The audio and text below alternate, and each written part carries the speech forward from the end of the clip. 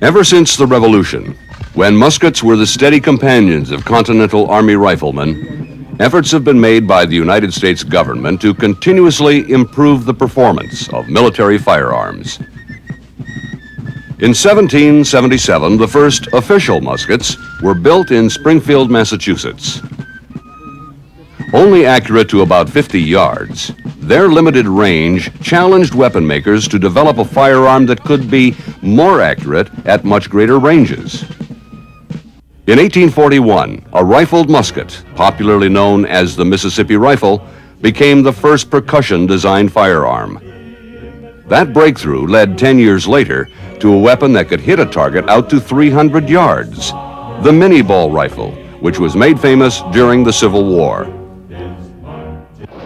The breech-loading metallic cartridge rifle that became known as the 45-70 was adopted in 1873 and became the official issue of American soldiers during the Indian Wars.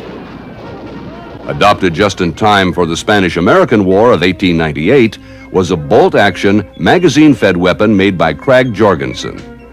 Unfortunately, soldiers armed with the new Krags found that they were being outranged and outshot by the German-developed Mauser. In 1904, a modified German Mauser, chambered with a new .30 caliber rimless cartridge, was issued, but proved little better than the Krag. It wasn't until 1906 when a new bullet based on the pointed Spitzer was developed, resulting in the World War I Springfield rifle. The M1 Garand rifle, first introduced in 1936, replaced the Springfield. Featuring a gas-operated rotating bolt, the .30 caliber firearm was a steady performer during both World War II and Korea. Replacing the M1 in 1957 was the lighter M14, a 7.62 millimeter rifle with a detachable 20-round magazine, which could fire both single shots and automatically. 20 years later, a 5.56 millimeter rifle, the M16, with an effective range of 460 meters, replaced the M14 and became the soldier's best friend in Vietnam. It fired the lighter ammunition much faster. In its second improvement, the M16A2 now has an effective range of 550 meters, making it one of the world's most effective combat rifles. Why then does the military need a new rifle if the M16 meets its toughest combat standards? Because riflemen will need a weapon with significantly higher hit probability on the projected highly lethal battlefield of the 21st century. Rifle effectiveness in combat is poor because targets are hard to find, aim at, and hit, especially when the shooter is exposed to life-threatening conditions. Thus, one way to significantly improve marksmanship is to improve the rifle. So, new evolutionary technologies must be examined today to meet tomorrow's needs. Under static test conditions, the M16 can hit a target the size of a kneeling man 100% of the time to ranges beyond 300 meters. Even at 700 meters, the probability of hit per trigger pull is greater than 60%. Even in an unstressed environment, when the M16 is placed in the hands of a shooter, its performance drops considerably beyond 100 meters.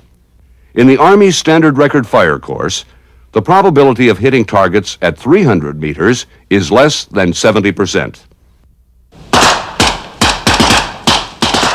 Under the added stress of combat, the military projects a much more significant drop-off in effectiveness, with only a 10% chance of hitting a 300-meter target.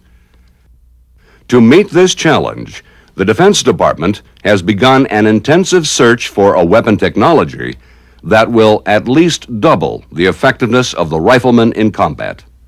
The Army, acting as the lead agency in the Defense Department's Joint Service Small Arms Program, has contracted with 4 of the world's leading weapon designers to explore new technologies.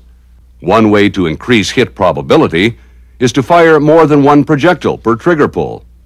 If the dispersion of these projectiles can be controlled to compensate for aiming error, the probability of at least one hit will be significantly increased. All four advanced combat rifle concepts incorporate multiple launch systems. The prototypes were developed by AAI Corporation of Hunt Valley, Maryland, Colt Industries of Hartford, Connecticut, Heckler & Koch of West Germany, and Steyr-Mannlicher of Austria. AAI's prototype fires 3 distinct rounds in a high-rate salvo burst.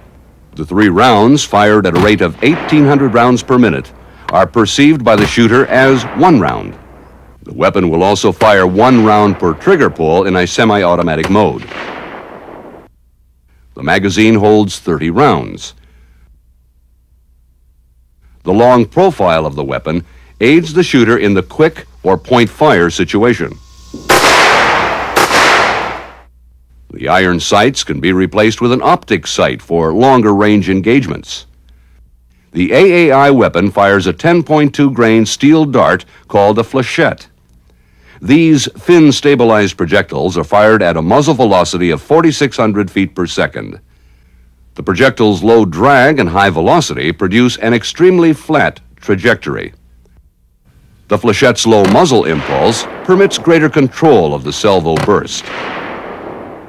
Flechettes have proven to be effective against hard targets and body armor, and have shown to deform and bend in soft targets, making them as lethal as bullets.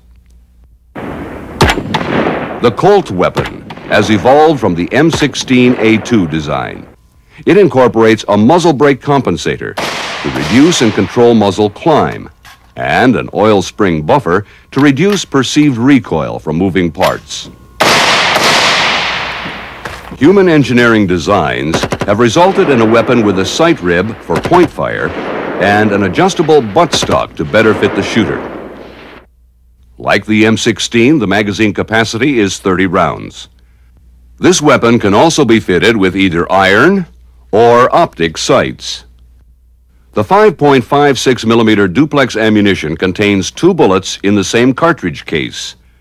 For each round fired, 2 bullets travel to the target. The first bullet travels to the aim point, while the second is offset in a controlled pattern.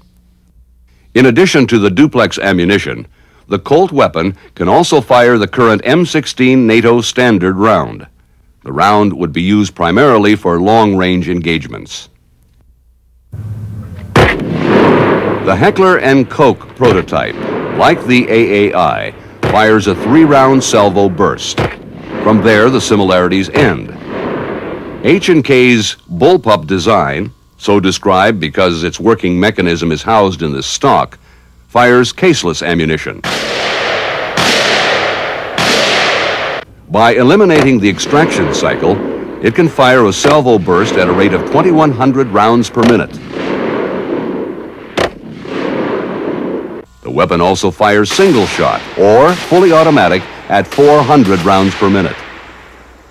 The mechanism consists of a rotating chamber and a recoiling system that delays the recoil until after the 3rd bullet has left the muzzle. The single-row magazine located on top of the weapon holds 45 rounds. The sighting system consists of a dual-power integral optic sight. Its caseless ammunition weighs half as much as the M16's and is 40% smaller, a significant benefit to the rifleman. The round consists of 1 solid block of high ignition temperature propellant with a bullet inside.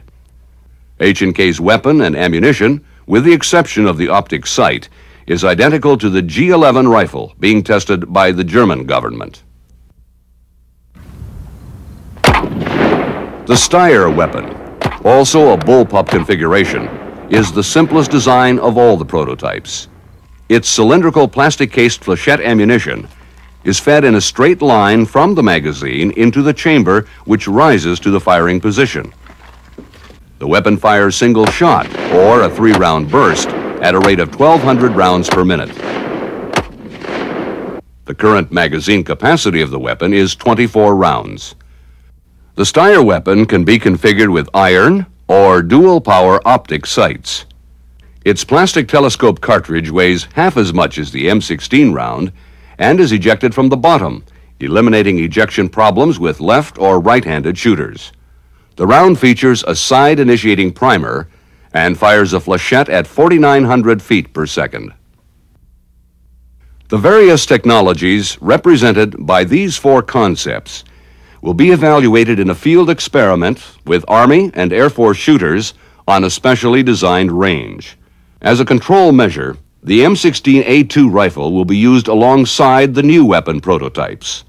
Not only are the technologies represented by the weapons new, so is the test range, which the Army has designed to measure and assess the effectiveness of the systems. Buckner Range, located at Fort Benning, Georgia, was totally redesigned and instrumented to provide more precise firing information than has ever been gathered before. Run by a specially designed computer system, its two firing lanes, which can be run independently, can present pop-up and moving targets from ranges of 25 meters to 600 meters. The location and behavior of targets have been designed to replicate the large aiming errors experienced in combat. Using curved rods that sense the shock waves created by supersonic projectiles, the system will record where each round penetrates the airspace around the targets out to 300 meters. Thus, the system will be able to measure both hits and misses, providing valuable information to the Defense Department in assessing the effectiveness of the prototypes. Exposure times for these pop-up targets will vary from as little as 1.5 seconds to as long as 10 seconds at longer ranges. Moving targets are located at ranges of 75, 150, and 225 meters. Selected moving targets are also covered by a series of curved rod sensors to maintain the airspace penetration window around the entire 60-foot length of travel. Moving targets are exposed for 3 or 5 seconds. Their two operating speeds of 6 and 12 feet per second simulate walking and running targets. The computers will control the behavior of the targets in the test. Rapidly appearing multiple stationary and moving targets will challenge the firers. The system will track every event: when the target is raised, when the round leaves the muzzle, and the time and location of the projectile when it passes through the target area. As the shooter fires, the round penetrates the target or the airspace around it. One computer accurately records where each round goes. A second computer controls the target presentation and data collection and tracks the operational status of each target. This computer also keeps a running total of hits and misses. The operator can rerun, pause, or override target presentations if necessary. Several other features of this system include simulated return fire,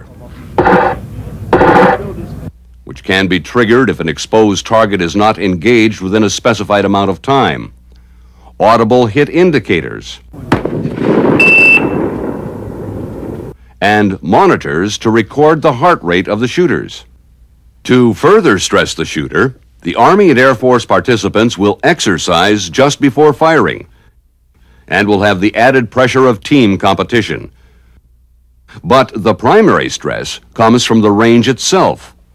Firers won't know which targets will appear, how many will appear at one time, how long they will be exposed, or whether the target will be moving, and if so, how fast. Additional stress will be caused by the wide target area. The results of these tests, scheduled through the end of 1990, will be assessed by the Armed Services' future needs. If these technologies get the go-ahead, U.S. servicemen could have a new combat rifle in their hands by 1996.